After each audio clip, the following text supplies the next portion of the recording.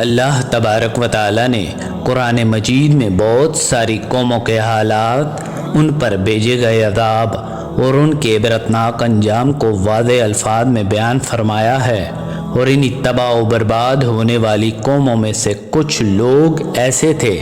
کہ جن کے سامنے بہت ساری قوموں کو ہلاک کیا گیا تھا، اور ان پر اللہ تبارک و تعالی نے اپنا عذاب نازل فرمایا تھا، لیکن ان لوگوں کو اللہ تبارک و تعالی نے اس عذاب سے محفوظ رکھا۔ پیارے دوستو، اللہ تبارک و تعالی کے عذاب سے بچنے والے یہ چند لوگ کہ جن کو قرآن مجید میں اللہ تبارک و تعالی نے اصحاب الرس کے نام سے مخاطب فرمایا،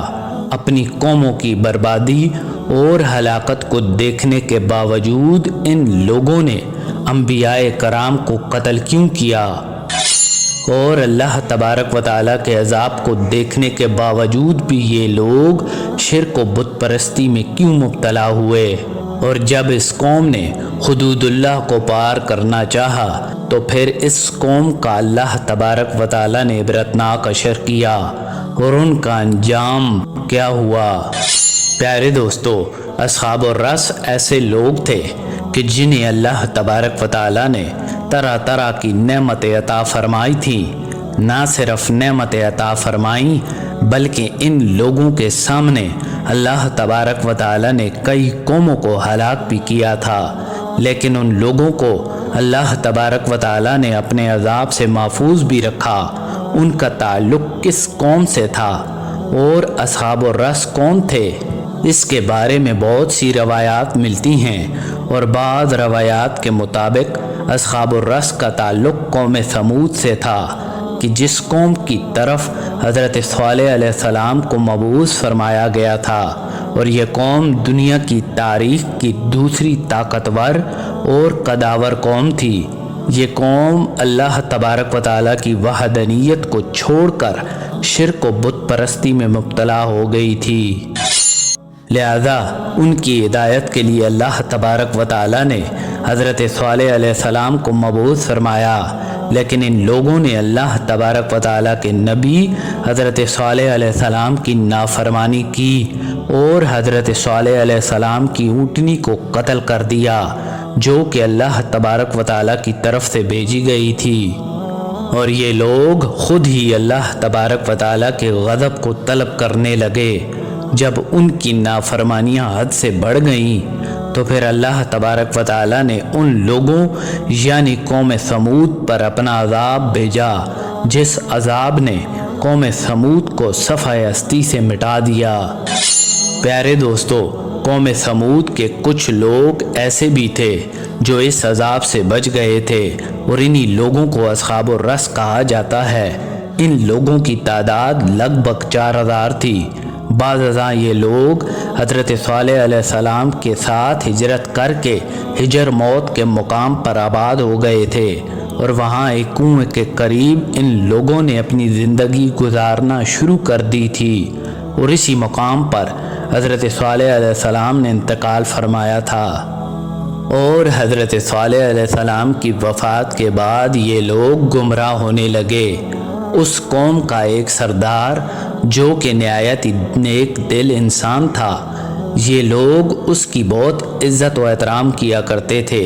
کچھ ہی عرصہ میں ان کا یہ سردار بھی مر گیا، چنانچہ یہ لوگ اپنے سردار کی موت پر بہت زیادہ غمگین رہنے لگے۔ یہ دیکھ کر شیطان کو موقع ملا، وہ ان کے پاس آ کر کہنے لگا، اگر تم لوگ یہ چاہتے ہو کہ تم لوگوں کو تمہارے سردار کی کمی محسوس نہ ہو تو تم لوگ اپنے سردار کا ایک بت بناؤ اور اس بت کو اپنے پاس رکھو تاکہ تمہیں اپنے سردار کی کمی محسوس نہ ہو۔ لہذا اس قوم نے شیطان کے اس مشورے پر عمل کیا اور اپنے سردار کا ایک بت بنایا اور اپنے سردار کی لاش کو اس بت کے پیچھے رکھ دیا۔ وقت کے ساتھ ساتھ یہ لوگ شرک و بت پرستی میں مبتلا ہو گئے اور سردار کی پوجا کرنے لگے اور اپنے سردار کو خدا ماننے لگے۔ پھر اللہ تبارک و تعالی نے اس قوم کی طرف اپنے ایک برگزیدہ پیغمبر کو بھیجا جن کا نام حضرت حنظلہ بن صفوان علیہ السلام ہے۔ آپ علیہ السلام نے اپنی قوم کو بت پرستی سے منع فرمایا اور اللہ تبارک و تعالیٰ کی وحدانیت کی طرف بلایا، لیکن ان لوگوں نے آپ علیہ السلام کی بات نہ مانی اور کفر و شرک سے باز نہ آئے، اور اسی طرح اپنے سردار کی پوجا کرتے رہے۔ حضرت حنظلہ علیہ السلام بار بار اپنی قوم کو اللہ تبارک و تعالیٰ کی طرف بلاتے، مگر وہ لوگ آپ کو برا بلا کہتے۔ بالآخر آپ علیہ السلام کی دعوت سے تنگ آ کر ان لوگوں نے یہ فیصلہ کیا کہ وہ حضرت حنظلہ علیہ السلام کو قتل کر دیں گے، اور ایسا ہی ہوا۔ ان لوگوں نے حضرت حنظلہ علیہ السلام کو قتل کر دیا۔ چنانچہ ان لوگوں نے جب اللہ تبارک و تعالیٰ کے نبی کو قتل کیا تو عذاب الہی نے ان کو آ پکڑا، اور وہ کنواں بھی خشک ہو گیا جس کے کنارے یہ لوگ آباد تھے، اور اسی کنویں کی وجہ سے ان کے کھیت اور باغات ہرے بھرے تھے۔ لہذا اس کنویں کا پانی خشک ہونا تھا کہ ہر طرف قید پڑ گیا، اور ان کے کھیت اور باغات جو کہ ہرے بھرے تھے یک دم خشک ہو گئے، اور یہ لوگ قحط کی وجہ سے تڑپ تڑپ کر ہلاک ہو گئے۔ پیارے دوستو، بعض دوسری روایات کے مطابق اصحاب الرس وہ لوگ تھے جو قوم عاد اور قوم ثمود سے بھی پہلے اس دنیا پر آباد تھے، اور یہ لوگ صنوبر نامی ایک درخت کی پوجا کیا کرتے تھے اور اس درخت کو اپنا خدا مانتے تھے۔ لہذا اس قوم کی ہدایت کے لیے اللہ تبارک و تعالیٰ نے حضرت حنظلہ علیہ السلام کو مبعوث فرمایا، لیکن ان بدبختوں نے حضرت حنظلہ علیہ السلام کی بات نہ مانی اور آپ کی نافرمانی کی۔ آخر کار تنگ آ کر انہوں نے حضرت حنظلہ علیہ السلام کو قتل کر دیا۔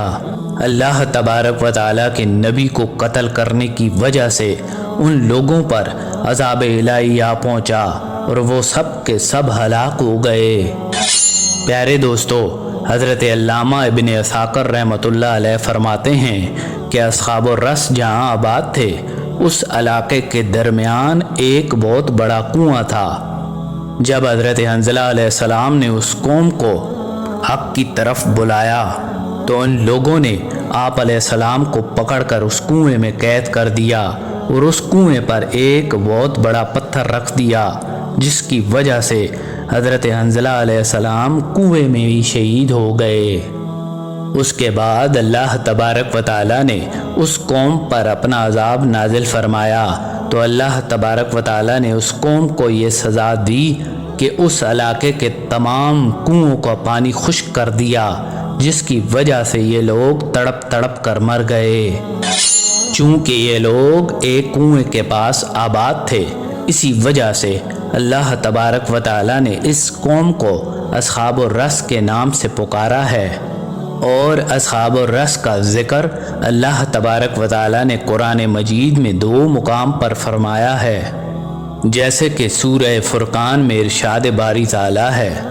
کہ عاد اور سمود اور اصحاب الرس کو اور ان کے بیچ بہت سارے ساتھ والوں کو ہم نے مثالیں بیان فرمائی اور ان پر اپنا عذاب نازل فرمایا اور ان کو ہلاک و برباد کر دیا۔ اسی طرح سورہ کہف میں اللہ تبارک و تعالیٰ ارشاد فرماتے ہیں، اور ان سے پہلے ہمارے نبیوں کو جھٹلایا نوح کی قوم نے اور رس والوں نے، اور قوم ثمود، قوم عاد، فرعون اور قوم لوط نے۔ ان میں سے ہر ایک نے ہمارے رسولوں کو جھٹلایا اور ہمارے عذاب کے مستحق ٹھہرے۔ پیارے دوستو، قرآن مجید میں اصحاب الرس کا ذکر اللہ تبارک و تعالیٰ نے نشان عبرت کے طور پر فرمایا ہے تاکہ لوگ ان کے واقعات سے عبرت حاصل کریں اور اللہ تبارک و تعالیٰ کی نافرمانیوں سے باز آ جائیں۔ امید ہے ہماری آج کی یہ ویڈیو آپ کو ضرور پسند آئی ہوگی۔ ملتے ہیں ایک نئی ویڈیو کے ساتھ۔ اللہ نگہبان۔